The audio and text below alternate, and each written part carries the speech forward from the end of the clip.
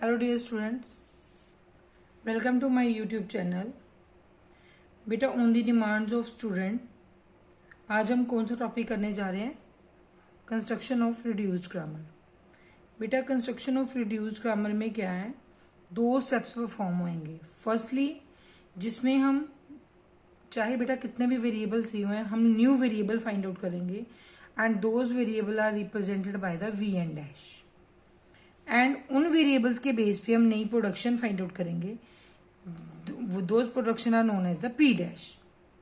तो बेटा अगर हमें पहले एक कोई ग्रामर जी दी हुई थी जो क्या था, जिसमें वेरिएबल वी एन था, टर्मिनल से सेट ऑफ प्रोडक्शन थी और एस थी।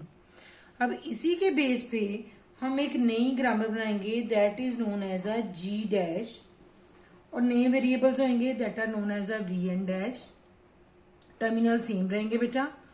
न्यू सेट ऑफ प्रोडक्शन बनेंगी that are represented by the P dash and S हमारा क्या आएगा, स्टार्टिंग ऑफ द प्रोडक्शन। बेटा इस चीज को समझने के लिए कि how to reduce the grammar, हम लोग एक एग्जांपल लेते हैं।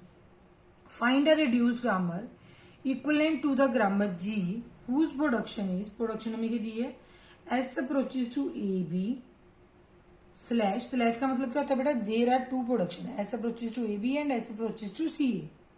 Second production is B approaches to B C and B approaches to A approaches to small A, C approaches to A B and C approaches to B. बेटा ये हमें क्या दी हुई है, सेट ऑफ प्रोडक्शन दी है। तो मैंने तुम्हें पहले भी बताया बेटा कि कंस्ट्रक्शन के लिए हम लोग कितने स्टेप परफॉर्म करेंगे बेटा, 2 स्टेप्स परफॉर्म करेंगे। तो स्टेप 1 क्या कह रहा था, स्टेप 1 कह रहा है कि फाइंड आउट करो नए वेरिएबल्स। तो वेरिएबल फाइंड आउट करने का बेटा सबसे फर्स्ट वे क्या है, तुम लोग वो देखोगे वेरिएबल जो किसी टर्मिनल को, सिर्फ और सिर्फ टर्मिनल को ड्राइव कर रहे हैं। कैसे, जैसे ए ड्राइव कर रहा है स्मॉल ए को, these are the terminals, and C drive कर रहा है बी को, दीज आर अगेन टर्मिनल। तो इसका मतलब हमारे पास एक फर्स्ट सेट बन गया W1 जिसमें क्या आ रहे हैं, मेरे दो वेरिएबल आ रहे हैं ए एंड सी। और ए एंड सी क्यों आ रहे हैं, एज रीजन क्या है इसका आने का, क्योंकि A approaches to small A and C approaches to small B. समझ आई बेटा? मैंने फर्स्ट वेरिएबल किस बिहाफ पे लिए, पहले वेरिएबल जो मैंने चूज करे हैं W1 स्ट्रिंग में, वो कौन से चूज करे हैं बेटा, जिसके right hand side of production में हमारे पास सिर्फ टर्मिनल सिंबल्स आ रहे थे। Clear? Like A approaches to terminal कौन से होते थे, मैंने बेटा जब ग्रामर करवाई थी उस टाइम भी बताया था कि टर्मिनल सिंबल हमारे कौन से थे, स्मॉल लेटर्स और एंड द न्यूमेरिकल वैल्यूज। तो small value right hand side पे कहाँ आ रही है, only small, that is A approaches to A and C approaches to B. तो ये दोनों बेटा हमारे न्यू वेरिएबल आ गए। फर्स्ट स्टेप समझ आया। Now for the second step में बेटा क्या करना है, आप लोगों ने अब वो प्रोडक्शन देखनी है जिन प्रोडक्शन के राइट हैंड साइड पे ए एंड सी आ रहा है। मतलब वो प्रोडक्शन देखनी है जिससे A and C combinedly attached हुआ है। अगर मैं बोली ना S approaches to A B, तो इसको कंसीडर नहीं करना, बिकॉज ए बी कुछ और वर्ड बना, ए सी कुछ और वर्ड बना। अगर अकेला ए होता, अकेला सी होता तो यू कैन चूज, पर जब ए का कॉम्बिनेशन किसी और के साथ आ रहा है या सी का कॉम्बिनेशन किसी और के साथ आ रहा है, फिर उस प्रोडक्शन को चूज नहीं करना। तो W2 में बेटा क्या आएगा, कौन सी प्रोडक्शन है जिसकी राइट हैंड साइड पे ए सी या सी ए आ रहा है। तो देखो बेटा एस अप्रोचेस टू सी ए आ रहा है, तो इसका मतलब एक नया वेरिएबल अब हमें मिल गया। नया वेरिएबल कौन सा मिला, हमारा पुराना हमारा था ए एंड सी, अब उसका यूनियन हमारा किसके साथ हो गया बेटा, एस के साथ। तो कंबाइन हो गया, हमें क्या मिला, ए सी एस। किस भी यहाँ पे मिला, एस, क्या हमारे पास प्रोडक्शन थी, S approaches to C A. Clear? First क्या था, हमने वो स्ट्रिंग चूज किया था जिसके राइट हैंड साइड पे टर्मिनल है। सेकंड में बेटा हमने वो चूज किया है जो हमारे वेरिएबल आए हैं वो किन किन प्रोडक्शन की राइट हैंड साइड पे हैं। फिर से बता रही हूँ, जो वेरिएबल आए हैं लाइक ए और सी आया था, वो किन किन प्रोडक्शन की राइट हैंड साइड पे हैं। अगर वो वेरिएबल किसी और वेरिएबल के साथ कंबाइन होके आ रहे हैं तो बेटा उसको कंसीडर नहीं करना। क्लियर? नाउ बेटा अगेन सेम स्टेप हम रिपीट करते जाएंगे जब तक कि रेपिटेटिव कुछ भी नहीं होता। अब हमारे पास एस वेरिएबल नहीं आ गया, तो बेस्ड ऑन दैट हम क्या करेंगे बेटा, अब चेक करेंगे W3 में बेटा क्या चेक करेंगे, हम चेक करेंगे कि S कहाँ पे है, कौन सी ऐसी हमारी प्रोडक्शन है जिसके राइट हैंड साइड पे S आ रहा है। क्या कोई प्रोडक्शन है?